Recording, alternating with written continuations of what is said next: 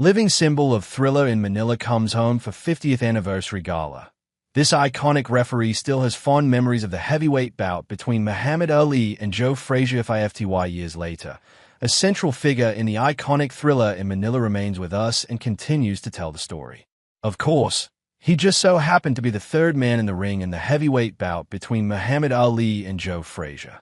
Now 91 years old, Carlos Sonny Padilla Jr. no longer possesses the same strength and agility that once made him one of the most sought-after boxing referees of his time.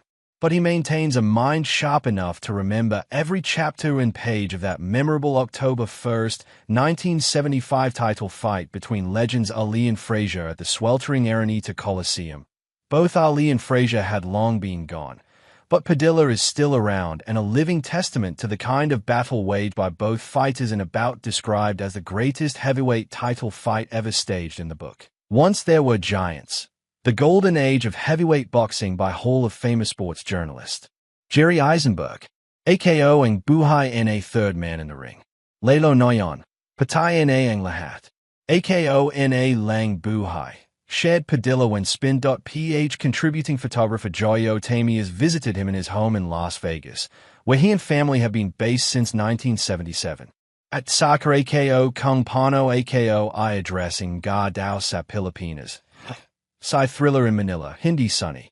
Ilalo Noyon Patay na ang lahat. AKO na lang ang buhay.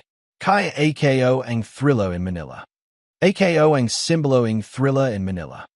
Father of well-known singer and actress Za Padilla, the retired referee and former actor will be coming home later this month to commemorate and join the golden anniversary of one of boxing's immortal fights, Filipino boxing great Manny Pacquiao, one of the prime movers of the event, extended his invitation for Padilla to come to town. Padilla post-Thrilla. Hands down, the third and final installment of the Ali-Frazier rivalry catapulted Padilla to the boxing spotlight, as he went on to officiate numerous high-profile matches in the succeeding years of his career as a referee that spanned more than 2 decades.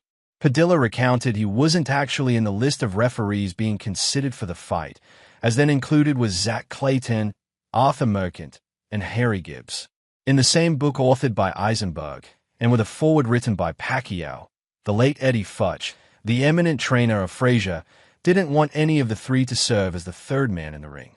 He specifically singled out Clayton, who Futch claimed was rooting for Ali at ringside during one of his fights. If it's Clayton, there's no fight, Futch insisted. Frazier's trainer, it turned out, had a private meeting with then Philippine President Ferdinand Marcos Sr. and former Games and Amusements Board Chairman Louis Tabuena, and aired his concerns regarding the selection of the referee. They claim a local ref would be too little to separate big men like Joe and Muhammad if they held. Futch was quoted in the book. Well, I don't care if they choose a 60-pound dwarf. It ain't gonna be Zach Clayton. As recalled by Padilla, he wasn't notified about the life-changing job by Tabuena until a few hours before the fight shortly after he arrived at the Big Dome. The bout marked the first time Padilla worked a world title fight.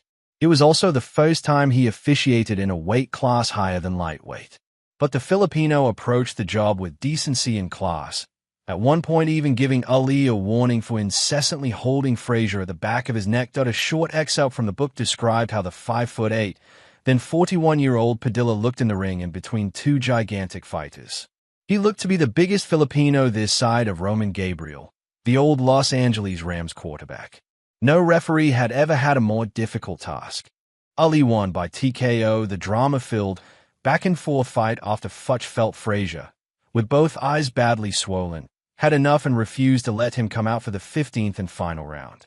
The greatest later referred to the fight as the closest thing to dying. But amid the hoopla generated from the outcome of the bout, Padilla also had his moment, getting a pat on the back for a job well done supervising the immortal fight in Manila.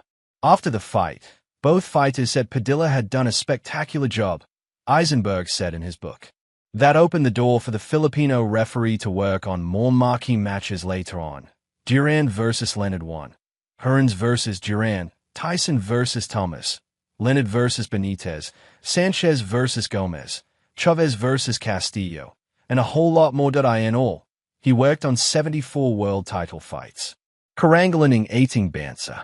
Pahunan KO, Dugo T. Powys, said Padilla in sharing his thoughts on what the epic fight meant for himself, the country, and boxing history in general. Padilla has been inducted into the Nevada Boxing Hall of Fame and a recipient of a Lifetime Achievement Award from the Philippine Sports Writers Association.